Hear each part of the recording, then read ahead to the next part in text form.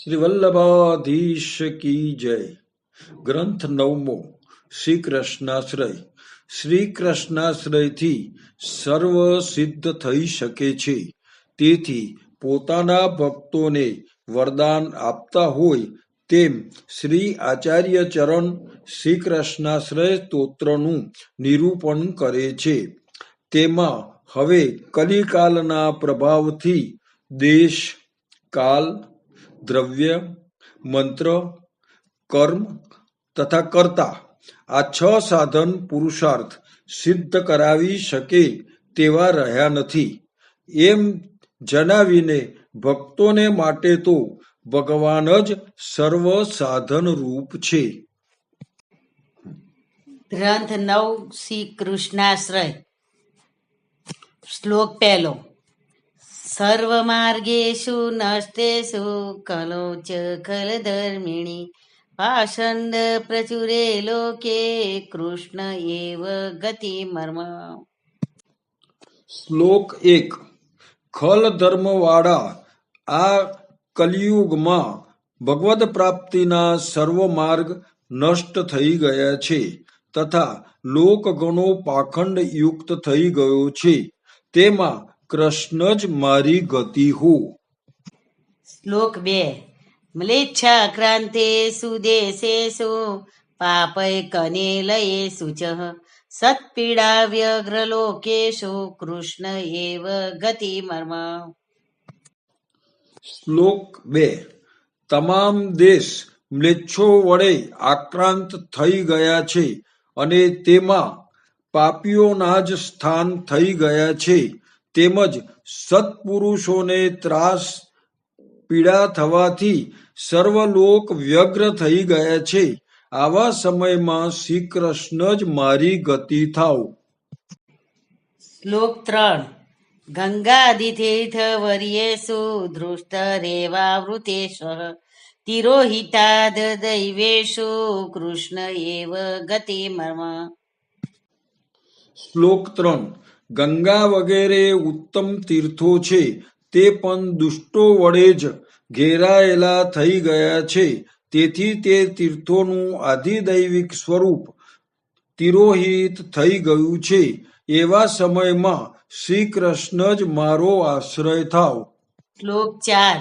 અહંકાર વિમૂઢેષુ સત્સુ પાપાનુવર્તિષુ લાભ પૂજાર્થ યત્નેષુ કૃષ્ણ એવ ગતિમર્મ. શ્લોક 4. પંડિતો અહંકાર વડે વિશેષ મૂઢ થયા છે. પાપી પુરુષોને જ અનુસરવા વાળા થયા છે અને લાભ પૂજા માટે જ તેમનો યત્ન છે. તે પરિસ્થિતિમાં શ્રી કૃષ્ણ જ મારી ગતિ થાવ. શ્લોક 5. અપરિજ્ઞાન નષ્ટેષુ મંત્રેષ વ્રત યોગીષુ તિરોહિતાથ દૈવેષુ કૃષ્ણ એવ ગતિમર્મ. શ્લોક 5.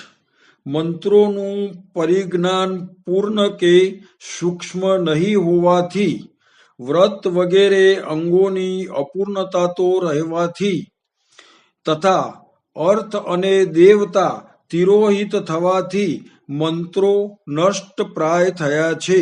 એવા સમયમાં શ્રી કૃષ્ણ જ મારી ગતિ હો. શ્લોક 6. નાનાવાદ વિનષ્ટેષુ સર્વ કર્મ વ્રતાદિષુ પાષંડૈક પ્રયત્નેષુ કૃષ્ણ એવ ગતિમર્મ.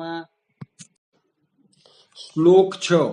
સઘળા કર્મ તથા વ્રતાદિક જુદા જુદા પ્રકારના વાદો વડે નષ્ટ થયા છે. તેમજ માત્ર પાખંડને માટે જ મુખ્ય યત્ન જેમાં થઈ રહ્યો છે તેવા સમયમાં શ્રી કૃષ્ણ જ મારી ગતિ હો. શ્લોક 7.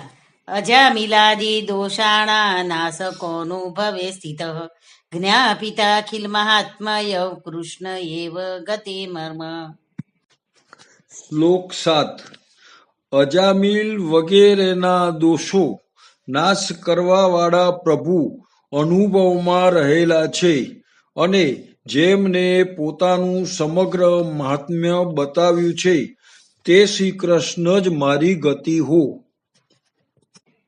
શ્લોક 8 પ્રાકૃત સકલા દેવા ગણિતાનંદ કબૃહદ પૂર્ણાનંદો હરિતસ્માદ કૃષ્ણ એવ ગતિ મર્મ.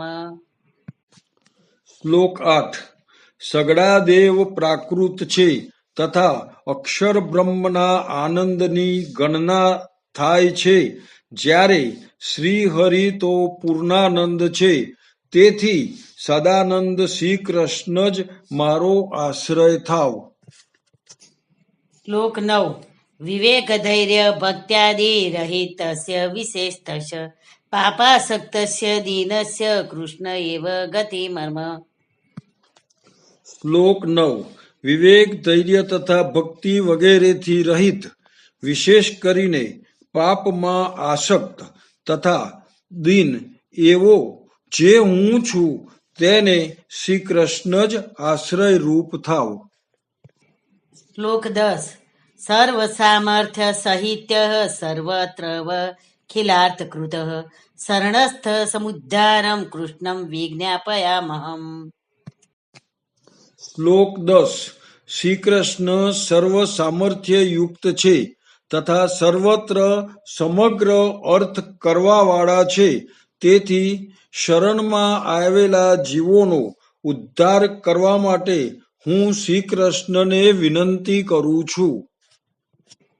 શ્લોક 11 કૃષ્ણાશ્રમિદિમ સ્તોત્ર પઠત કૃષ્ણ સન્નિધ તસ્યાશ્રયો ભવેદ કૃષ્ણ યતે સે વલ્લભો બ્રવીત. શ્લોક 11 આ કૃષ્ણાશ્રય સ્તોત્રનો શ્રી કૃષ્ણની સાનિધ્યમાં જે પાઠ કરે તેને આશ્રયરૂપ શ્રી કૃષ્ણ થાય, એમ શ્રી વલ્લભે કહ્યું છે.